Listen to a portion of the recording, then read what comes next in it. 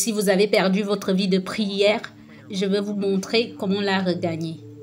Et si vous êtes quelqu'un qui s'est engagé à prier à une saison de votre vie et vous l'avez été pendant les dernières saisons, peut-être que vous êtes quelqu'un qui est constant dans la dévotion quotidienne au Seigneur. Eh bien, je vais vous montrer comment maintenir cela afin que vous ne perdiez jamais ce lieu de dévotion dans votre vie. Jetons un coup d'œil au numéro 1. Une fois de plus, nous étudions les clés pour redémarrer et ensuite maintenir votre vie de prière. Premièrement, vous devez reconnaître que le manque de prière est impie. Psaume 79, verset 6, il dit « Répands ta fureur sur les nations qui ne te connaissent pas et sur les royaumes qui n'invoquent pas ton nom. » Donc là, dans le livre des psaumes, nous voyons que la colère est venue sur les nations qui refusent simplement d'invoquer Dieu. En refusant d'invoquer le Seigneur, en refusant de rechercher sa guidance, en refusant de reconnaître sa présence, nous invitons la colère de Dieu dans nos vies.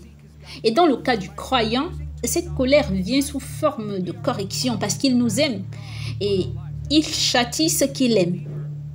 Si vous ne priez pas, votre vie sera remplie de chaos même si vous êtes un croyant né de nouveau. Pourquoi? Parce que vous ne faites pas usage de ces choses que Dieu vous a données.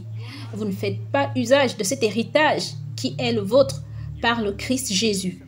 Regardez, vous savez qu'en tant que croyant né de nouveau, vous avez le Saint-Esprit, vous avez la puissance, vous avez l'amour de Dieu. Vous avez la paix et la joie au plus profond de votre esprit. Mais si vous ne vous engagez pas dans la prière, vous ne faites pas usage de ce que Dieu vous a donné. Psaume 53, verset 4, il dit ceci. « Ceux qui commettent l'iniquité ont-ils perdu le sens? Ils dévorent mon peuple, ils le prennent pour nourriture, ils n'invoquent point Dieu. » Ici, nous voyons dans les Écritures que les personnes impies n'ont même pas cela à l'esprit. C'est dans leur nature d'ignorer la présence de Dieu. Ne soyez pas comme l'incroyant, n'ignorez pas la présence du Saint-Esprit dans votre vie. N'ignorez pas cette connexion avec Dieu que vous avez 24 heures sur 24, 7 jours sur 7. Reconnaissez que le manque de prière est une impiété. L'absence de prière comme un style de vie est une impiété comme un style de vie. Jérémie chapitre 10, verset 21 dit « Les bergers ont été stupides. Ils n'ont pas cherché l'Éternel. C'est pour cela qu'ils n'ont point prospéré et que tous les troupeaux se dispersent. » Sophonie chapitre 3, verset 1 à 2, il dit « Malheur à la ville rebelle et souillée, à la ville pleine d'oppresseurs. Elle n'écoute aucune voix. Elle n'a point égard à la correction. Elle ne se confie pas à l'Éternel. Elle ne s'approche pas de son Dieu. » Donc, ici, le Seigneur réprimande son peuple parce qu'ils ont refusé de venir à lui. Jacques chapitre 4, verset 2 le dit ainsi. « Vous convoitez et ne possédez pas. Vous êtes meurtriers et envieux et vous ne pouvez pas obtenir. Vous avez des querelles et des luttes et vous ne possédez pas parce que vous ne demandez pas. » Nous devons reconnaître la nature sérieuse de l'absence de prière et ne pas être si dédaigneux du fait que nous ne cherchons pas la face de Dieu chaque jour. Écoutez, je comprends que la présence du Saint-Esprit réside en le croyant 24 heures sur 24, 7 jours sur 7. Je comprends qu'il ne vous quittera jamais et qu'il ne vous abandonnera jamais. Mais la prière consiste à se soumettre à Dieu. La prière, c'est s'aligner sur sa volonté. La prière, c'est utiliser les choses qu'il a déposées dans votre vie. La prière, c'est faire et devenir tout ce que Dieu désire. La prière, c'est faire et devenir ce qui plaît au Père Céleste. Et si vous ne priez pas en tant que croyant né de nouveau, vous manquez sérieusement à votre vie spirituelle. Maintenant, ça, ce n'est pas un message de condamnation. C'est un message de correction parce que je pense que nous pouvons devenir si passifs dans nos vies en ce qui concerne les questions spirituelles. Et nous en plaisantons même souvent. Nous en rions en quelque sorte. Nous disons des choses comme « Vous savez, j'ai vraiment eu des problèmes » ou « Vous savez, je devrais vraiment prier régulièrement » ou alors « J'ai manqué plusieurs semaines de prière et je dois m'y remettre » Nous traitons cela comme si c'était un régime que nous ne suivions pas bien, alors que c'est en fait l'essence même de la spiritualité. C'est jouir de la présence de Dieu, c'est communier avec le Saint-Esprit, c'est recevoir la révélation de la parole, c'est avoir l'audace, la foi, la joie et la paix. C'est vous aider à vous concentrer, c'est vous aider à recevoir des conseils. C'est la façon dont nous marchons avec le Saint-Esprit qui est la prière. Maintenant, vous pouvez prier en vous retirant en privé dans une pièce. Ça, c'est la prière isolée. C'est la prière intentionnelle. C'est la prière structurée. Mais il y a aussi la prière spontanée. Elle consiste à parler au Seigneur tout au long de la journée, à reconnaître sa présence à chaque moment de la journée, reconnaître sa présence dans la voiture, au travail, à l'école, où que vous soyez, quand vous vous réveillez, quand vous vous couchez. Donc, à la fois des prières structurées, et des prières programmées et des prières spontanées sont requises. Peu importe celle que vous faites, s'il vous plaît, croyons prier. La preuve que vous croyez en la prière, c'est que vous priez. Nous ne prions pas parce que nous sommes autonomes. Nous disons au Seigneur des choses comme « Seigneur, je n'ai pas vraiment besoin de toi ». Et vous pourriez dire « Quand est-ce que j'ai dit cela ?» Vous le dites chaque fois que vous commencez votre journée sans prier. Chaque fois que vous ne priez pas pour quelque chose, vous dites à Dieu « Je n'ai pas besoin de ton aide ». Et souvent, nous ne prions pas également à cause du péché. Je vais en parler un peu plus dans un moment. Et d'autres fois, nous ne prions pas à cause de l'incrédulité. Parce que nous ne pensons pas que cela va marcher. Parce qu'au fond de nous-mêmes, nous nous disons pourquoi prier si rien ne va jamais changer. Et toutes ces choses doivent être abordées. Mais à la base, nous devons reconnaître que l'absence de prière, et quelle que soit la raison et la fréquence à laquelle elle se manifeste, est impie. Et ça, c'est le premier point. Nous devons reconnaître cela. Nous ne devons pas être dédaigneux.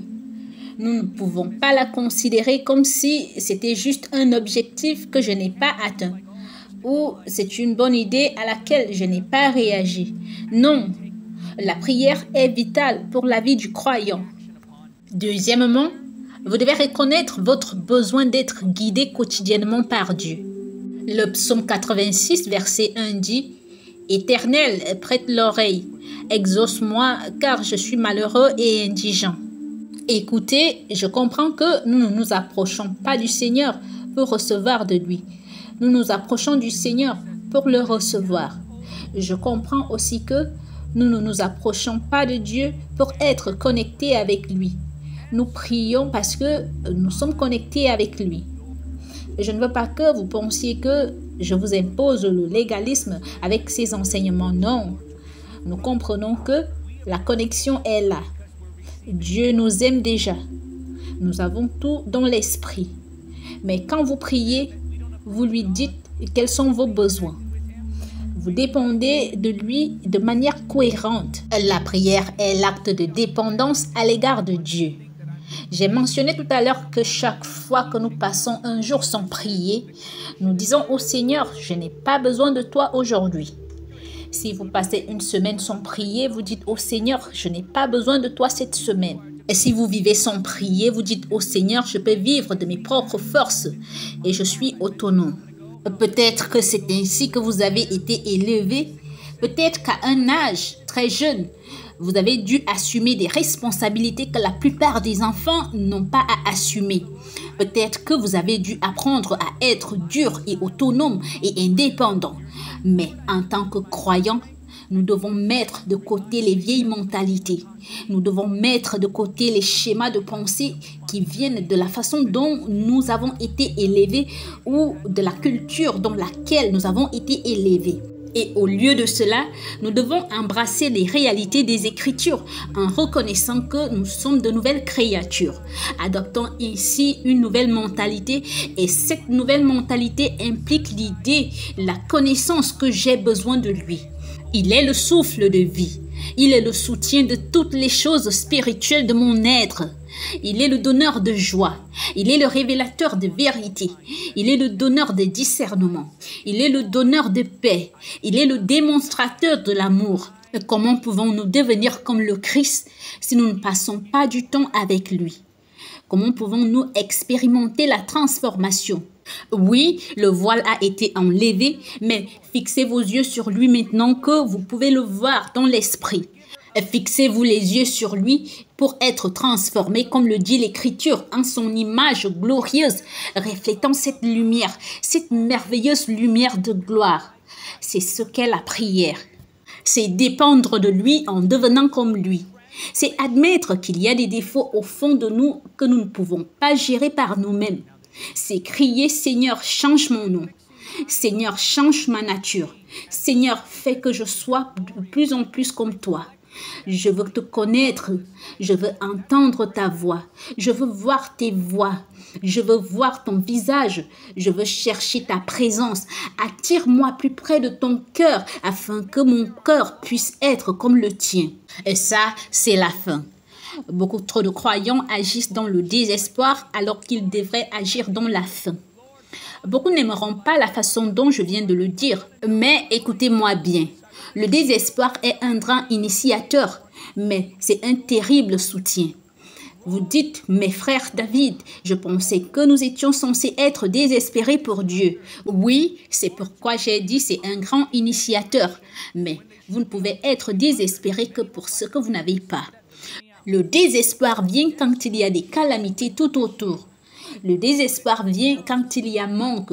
Je dirais que la différence entre le désespoir et le désir, c'est comme la différence entre la famine et la faim. Si vous mangez tous les jours correctement, vous aurez faim pour le prochain repas, mais vous ne serez pas affamé. De la même manière, si vous passez du temps avec le Seigneur tous les jours, vous opérez à partir d'un lieu de désir. Vous le voulez. Vous savez que vous voulez sa présence. Vous savez que vous avez besoin de sa présence.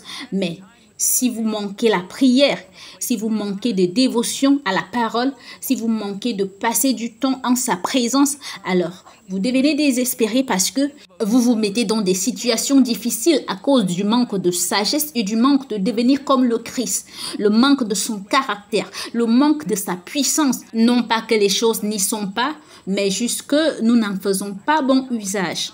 Encore la différence entre le désir et le désespoir est telle que la différence entre la faim et l'inanition. Avoir faim des choses de Dieu, oui, parce que j'en mange tous les jours. Me priver des choses de Dieu, non. Parce que si je m'en prive, ça veut dire que je ne participe pas. Cela signifie que je suis arrivé à un point où je n'ai pas reconnu cette présence. C'est pourquoi nous devons dépendre de lui quotidiennement. Nous avons faim des choses de Dieu et nous allons vers lui tous les jours, lui disant « Je suis brisé sans toi. Je suis un échec sans toi. » Je dis souvent aux gens que sans la présence du Saint-Esprit, je serais en 1000 morceaux brisés au sol. Sa grâce est la colle qui me maintient entier. Et ce n'est que dans la prière que je trouve cette force qui me soutient. Ce n'est que dans la prière que je sens ce vent dans mon dos. Cette force intérieure, cette confiance et ce que je suis dans le Christ vient du Saint-Esprit à travers la prière. Donc, ça, c'est le deuxième point. Vous devez reconnaître votre besoin d'être guidé quotidiennement par le Seigneur. Et trop souvent, nous rejetons cette idée « Oh, je peux m'en sortir, je me débrouille bien » où les choses ne vont pas si mal, surtout ceux qui sont dans le ministère.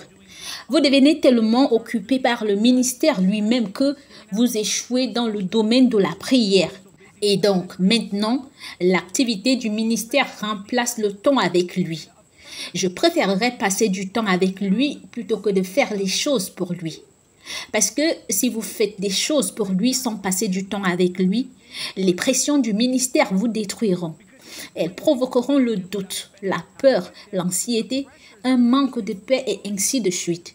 Alors, premièrement, reconnaissez que le manque de prière est impie. Deuxièmement, reconnaissez votre besoin d'être guidé par le Seigneur au quotidien. Et alors, nous devons arriver à un point où nous disons que l'absence de prière disparaisse maintenant. À partir de ce soir, l'absence de prière doit disparaître sous toutes ses formes. L'absence de prière doit disparaître dans toutes ses mesures. Plus de choses comme j'ai passé 21 jours sans prier, je vais me débrouiller et ensuite je me détendrai à nouveau. Non, ça c'est un nouveau style de vie que j'adopte maintenant. C'est un engagement à vie dans lequel je vais vivre maintenant. Et donc, je m'engage. L'absence de prière doit disparaître maintenant sous toutes ses formes et toutes ses mesures.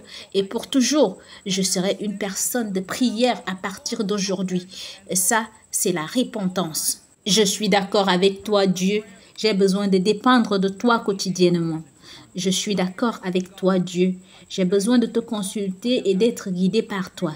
Et je suis d'accord avec toi, Dieu, je ne peux pas faire cela tout seul. Je n'ai pas de force pour le maintenir. Je suis d'accord avec toi, Dieu, je ne dois pas attendre une situation idéale imaginaire dans le futur pour commencer à prier. N'attends pas d'avoir de plus grandes pièces dans ta maison pour pouvoir prier en privé. Va prier dans la salle de bain, s'il le faut. N'attends pas que les enfants soient plus grands et que l'emploi de temps s'améliore. Prie, prie. Prie. N'attends pas que ton travail ou ton parcours professionnel soit de moins en moins chargé. Prie maintenant. N'attends pas d'être à la tête d'un méga ministère. Prie maintenant. N'attends pas que cette version idéale, imaginaire de toi se réalise. Prie maintenant afin que tu deviennes cette personne. Père, je te remercie de rallumer les feux de la prière. Je te remercie de placer un esprit de prière et de supplication sur nous. Fais-nous crier ô Saint-Esprit Abba. Père, donne-nous une plus grande faim pour les choses profondes de Dieu. Aide-nous à être attentifs quand tu nous invites dans les lieux de prière. Je prie Seigneur pour la guérison et la délivrance de ton peuple. Au nom puissant de Jésus-Christ. Amen.